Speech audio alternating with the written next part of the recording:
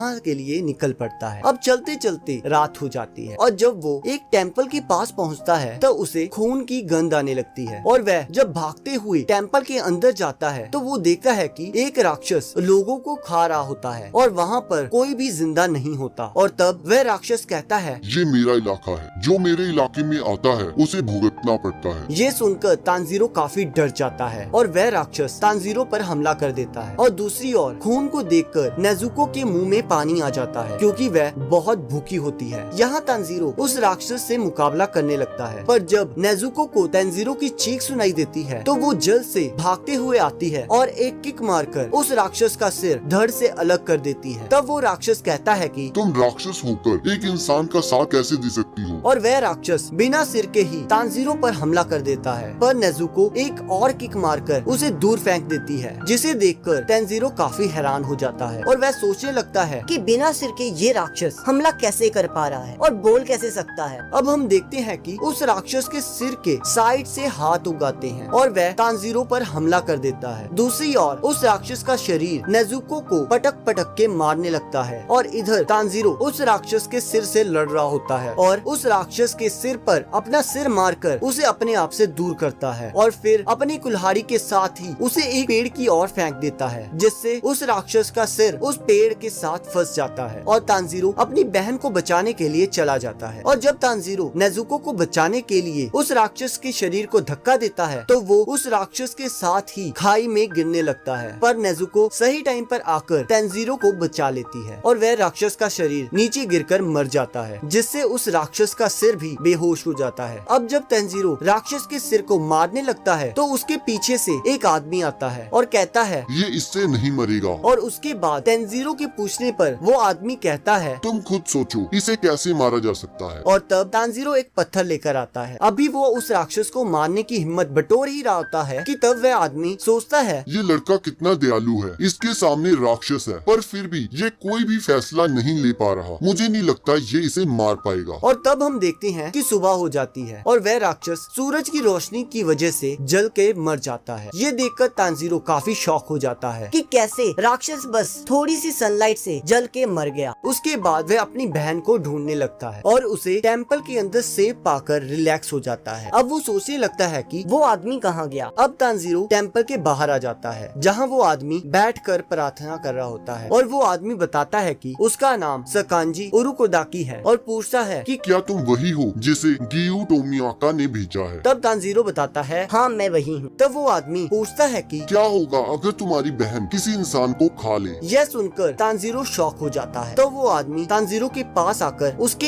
एक थप्पड़ मार देता है और कहता है, तुम डिसीजन लेने में बहुत स्लो हो, इसलिए तुम उस राक्षस को सुबह होने से पहले नहीं मार सकी। तुम्हें पता है तो मेरे इतने सिंपल सवाल का जवाब क्यों नहीं दे पाए? तो मैं बताता हूँ, क्योंकि तुम्हारा संकल्प बहुत कमजोर है। तुम दो चीजें कर सकते हो अगर तुम्हारी बहन किसी इंसान को खा लेती है। पहला तो तुम उसे मार दो और खुद भी मर जाओ, और दूसरा कि तुम ऐसा कभी होने ही ना दो। क्या तुम्हें समझ आ गया? तो तानजीरो कहता है हाँ। तो वो आदमी कहता है, चलो ठीक है, मैं तुम्हारा टेस्ट लूंगा कि तुम डेमन स्लेयर कॉर्प्स के मेंबर बनने के लिए सही हो या नहीं। चलो अपनी बहन को उठाओ और मेरे साथ चलो। अब दोनों भागते भागते उस आदमी के घर पहुंच जाते हैं और तब वह आदमी तानजीरो को कहता है कि तुम्हारे टेस्ट के लिए हमें पहाड़ पर जाना होगा और मैं वादा करता हूँ जब तक तुम वापस आओगे तब तक मैं तुम्हारी बहन का ध्यान रखूंगा। उसके बाद दोनों पहाड़ की ओर निकल जाते हैं जहाँ बहुत ज्यादा अंधेरा होता है और सांस लेने में भी मुश्किल हो रही होती है। तब वह आदमी तानजीरो को कहता है कि तुम्हें सुबह होने से पहले मेरे घर के पास पहुँचना होगा, वो भी अकेले। ये कहकर वह आदमी धुंध में कहीं गायब हो जाता है। पहले तो तानजीरो को लगता है कि मैं आसानी से उस आदमी की स्मेल से रास्ता पता कर लूंगा और वो पहाड़ से उतरना शुरू कर देता है, पर तभी वह एक ट्रैप में फंस जाता है। तब उसे समझ आता है कि असली टेस्ट ये है, उसे इन सभी ट्रैप्स को पार करके सुबह तक नीचे पहुंच जाना है। और वो बड़ी मुश्किल से सभी ट्रैप्स को पार करते हुए आखिरकार उस आदमी के घर पहुंच जाता है। इस बीच उसे बहुत चोटें आई होती हैं। ये देखकर वह आदमी कहता है, आज से तुम मेरे शिष्य हो। तो इसी के साथ सेकंड एपिसोड खत्म हो जाता है। बाकी अगले